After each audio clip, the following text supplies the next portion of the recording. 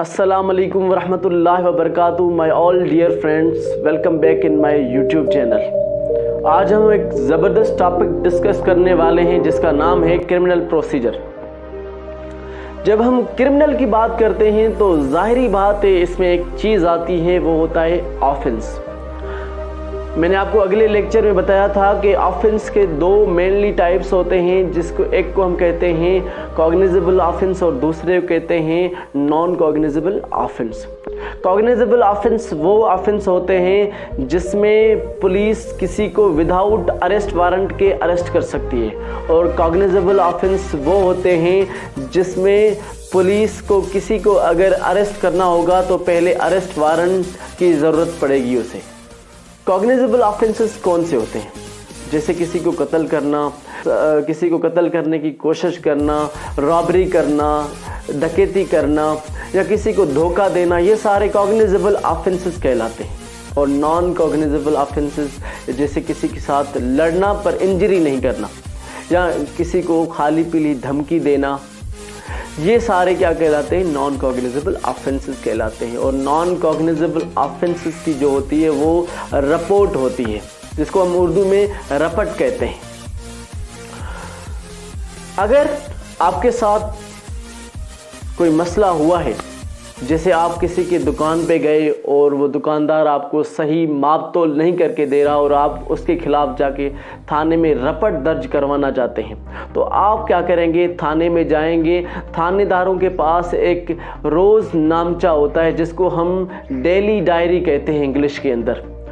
वो क्या करेंगे? आपकी रिपोर्ट उसके अंदर दर्ज करेंगे, तो उसको कहेंगे NCR यानी नॉन कॉग्निजेबल रिपोर्ट। इसको आगे हम डिस्क्राइब नहीं करते, हम चलते हैं अपने कॉग्निजेबल ऑफेंसेस की तरफ। अगर आपने मेरा ऑफेंसेस वाला लेक्चर नहीं देखा तो प्लीज़ ज़रूर देखिए, वो आपके लिए बहुत ही हेल्पफुल रहेगा। अगर हम बात करें कॉग्निजेबल ऑफेंसेस की, तो उसके अंदर फर्स्ट स्टेप जो होता है वो होता है FIR का, फर्स्ट इन्वेस्टिगेशन रिपोर्ट। उर्दू में कहते हैं इब्तिदाई इत्तलाई रिपोर्ट। आपने ज़रूर सुना होगा कि भाई फला बंदे का आज थाने के अंदर पर्चा कट गया। इट मीन्स फला बंदे के खिलाफ क्या हुआ? FIR कट गई। इसका मतलब ये है। जब हम FIR की बात करते हैं तो यहाँ पर दो सवाल उभरते हैं। एक सवाल ये उभरता है कि FIR हमें कौन से थाने में करनी चाहिए, और अगर थाने वाला FIR ना काटे तो हम कहाँ जाएं?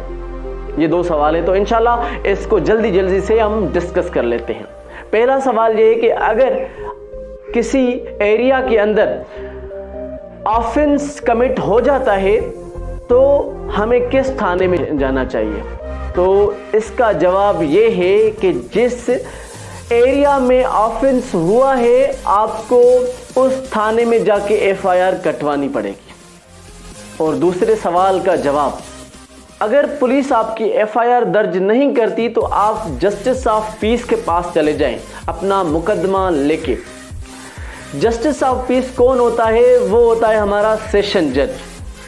वो क्या करेगा? CRPC के सेक्शन नंबर 22A और सेक्शन नंबर 22B के मुताबिक वो हुक्म जारी करेगा पुलिस को कि इस फला बंदे की FIR को दर्ज किया जाए। फिर पुलिस आपका मुकदमा, आपकी FIR जो है वो दर्ज कर देगी। FIR दर्ज करने के बाद पुलिस अपनी इन्वेस्टिगेशन करना शुरू कर देगी। और कॉग्निजेबल ऑफेंसेस में ये होता है कि पुलिस के पास ये पावर होता है कि विदाउट अरेस्ट वारंट के किसी से भी इन्वेस्टिगेशन कर सकती है। अब इन्वेस्टिगेशन के दौरान पुलिस क्या क्या करती है? इन्वेस्टिगेशन के दौरान पुलिस किसी भी बंदे को इन्वेस्टिगेशन के लिए अरेस्ट कर सकती है विदाउट अरेस्ट वारंट। और दूसरा काम, पुलिस जो है जितने भी लोगों को वहाँ पर लेके जाएगी इन्वेस्टिगेशन के लिए, वो जो भी कहेंगे उनके बयानात को रिकॉर्ड करती जाएगी। और तीसरा काम, पुलिस रिकवरी भी करेगी किसी भी चीज़ की। मसलन किसी बंदे को गोली लगी है और जिस्म पे उसके कपड़े पहने हुए हैं, उस जिस्म वाले कपड़ों को भी वो रिकवर कर सकती है, या फिर गोली लगी पड़ी है उसको भी वो उठा सकती है।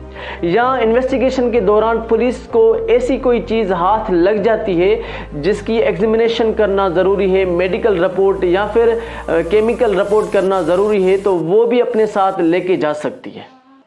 और पांचवा, पुलिस उस जगह को भी विजिट करेगी जहां पर क्राइम सीन हुआ है। तो ये इन्वेस्टिगेशन के दौरान ये सारी चीज़ें होती है।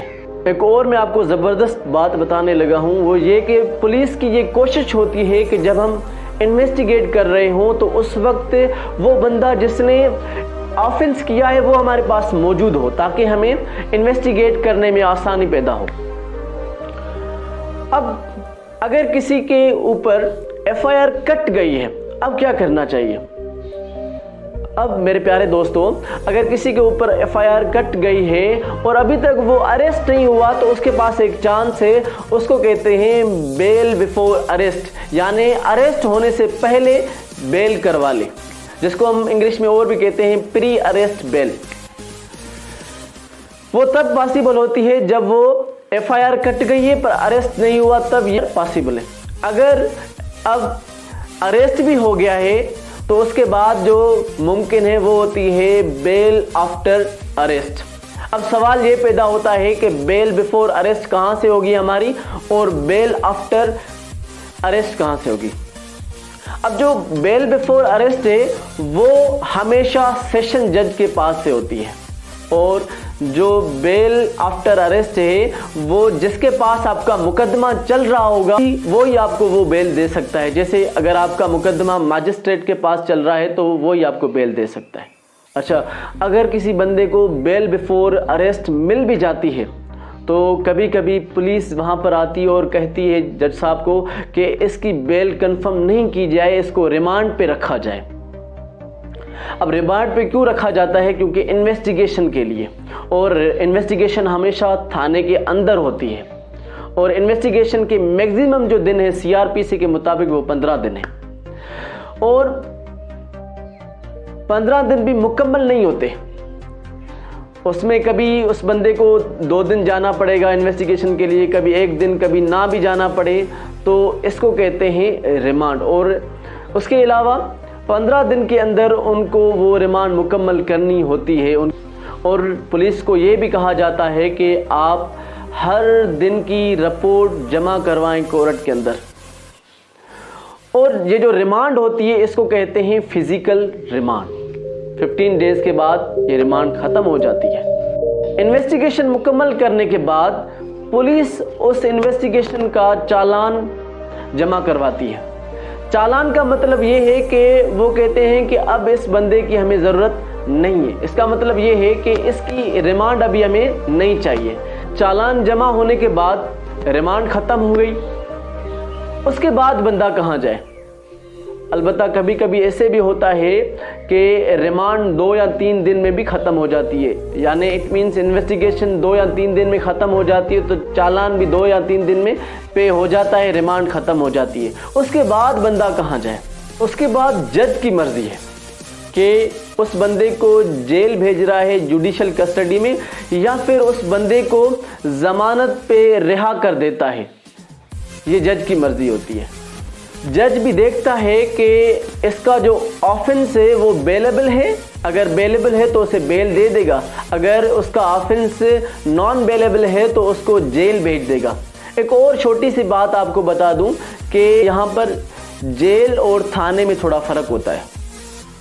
जेल के अंदर जो होते हैं वो मुजरिम होते हैं जो जुडिशल कस्टडी में होते हैं, और थाने में जो होते हैं लोग वो इन्वेस्टिगेशन के लिए होते हैं, क्योंकि वो अभी मुल्जिम है, मुजरिम नहीं है। चालान जमा करवाने के बाद मजिस्ट्रेट देखेगा कि इसने ये ऑफेंस किया है या नहीं किया।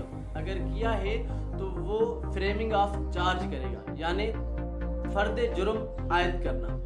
मिसाल के तौर पर उस बंदे को बुलाया जाएगा और कहा जाएगा, अब्दुल्ला, पाकिस्तान पीनल कोड दफा 302 के तहत आपके ऊपर खून का इल्जाम लगाया गया है, क्या आप इस बात को तस्लीम करते हैं?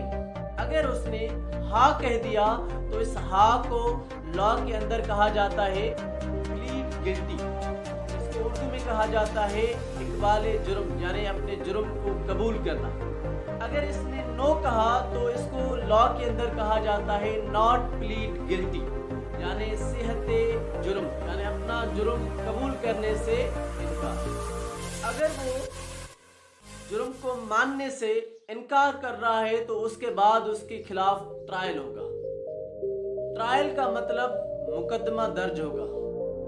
क्रिमिनल मुकदमा जो है वो सरकार के नाम से चलता है। मसलन एक मुजरिम है जिसका नाम अब्दुल्ला है तो उसको कहा जाएगा अब्दुल्ला वर्सेस स्टेट। क्रिमिनल मुकदमा हमेशा स्टेट के नाम से ही चलता है।